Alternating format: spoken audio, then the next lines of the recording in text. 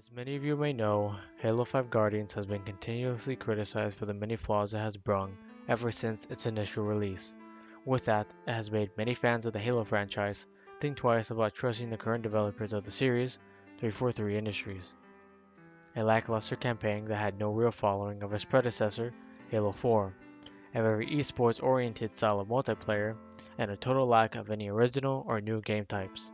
I will mainly be discussing the pre-production about the Master Chief Collection and Halo 5, also where both games stand now and what opinion many of the fans have about the game in its current state. However, showing how I believe that there is still hope for the franchise as a whole and what great games and stories that will lie in the near and far future. Out of the many articles, forums, and videos I have watched on the pre-production of the Master Chief Collection, it's made me believe that the head of the company, 343, and Microsoft does not push themselves to care about the casual audience and veteran fan base. Certainly money and sales are what I believe is what they only cared about at the time. But of course, that is what all companies care about, correct? But it's the fine line between making great sales on a game that has a very well planned out development period will please the fan base, or you can go on and quickly put out a game with a hectic development cycle in order to be quote unquote ahead of the competition will leave it with a tremendous amount of lacking content. For the Master Chief Collection, this is no joke. A horrendous launch with the multiplayer servers not working, not being able to connect to any parties, random freezing, audio not being synced up to the campaign, and for me personally, the issue that made me give up on the game entirely was the constant booting from games. How infuriated the community was because of the marketing and words from the developers, which made the game seem like a compilation of great games that was going to be the essential Halo experience. A professional studio, we thought, cannot mess up this bad. Yet, many fans of the franchise blame 343 Industries instead of thinking about the situation logistically. I believe that 343 had a hand in picking a reasonable release date for the Master Chief Collection, because if you think about it, they announced it on the summer of 2014 and wanted to release it on the 10th anniversary of Halo 2, November of that year. And reasonably, a game for what 343 described by having all the Master Chief Halo campaigns running at 1080p 60 frames per second. The same going for every single Halo multiplayer map, custom games, Forge, Spartan Ops, was something incredible to think about. But for the amount of time 343 had, this was an impossible task in order to have it finished, let alone working 5 months later. Now, what I'm about to get into is a little bit unreasonable, due to the lack of quote-unquote confirmation or evidence from the developers themselves, and instead, this information comes from an outside source who used to be affiliated with 343. Also, to note this, thank you Late Night Gaming for this leak. Our community desperately needed it. For those of you who do not know about this leak, well, to be honest with you, everyone in the Halo community probably knows this by now, but I digress.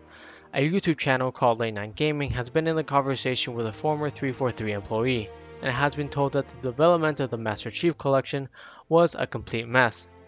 The game only had 11 months of development, and the original plan for 343 was to only produce Halo 2 Anniversary, nothing else. However, Microsoft came to them and knew that the Xbox One was not selling as great as they expected and wanted their next project to be a console seller.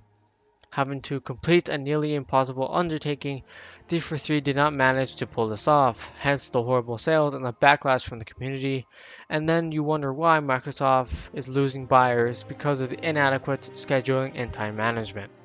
With the information being leaked to the public also gave the initial thought of the development cycle of Halo 5 Guardians.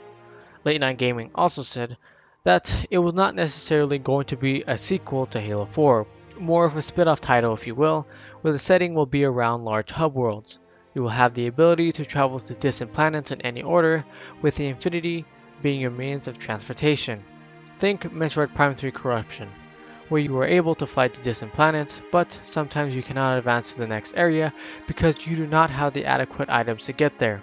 Also, the Artemis tracking system had a more predominant role within the game, where instead of finding audio logs, you find clues about the Master Chief, and go into a flashback sequence as to why or how the particular item got there. Sort of an ODST approach to things. rewrites with the story completely shifted into what the original story was going to be, having the team from Spartan Ops be the characters that were originally going to replace the Master Chief, bringing back Cortana, etc., etc. You get my point, but I could explain the rest of what Late Night Gaming had to say, but you can go also watch his video on the leak.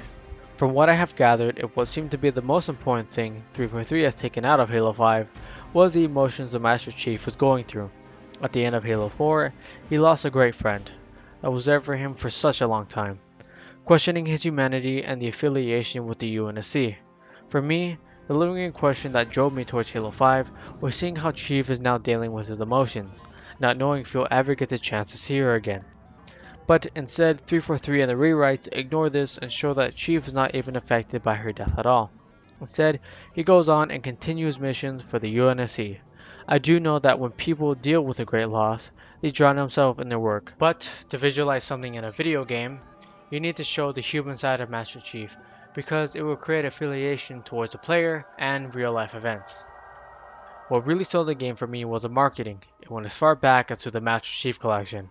At E3, when they showed that Halo 2 Anniversary was going to be affiliated with how the story was going to come out on Halo 5, made me the all more hype for it.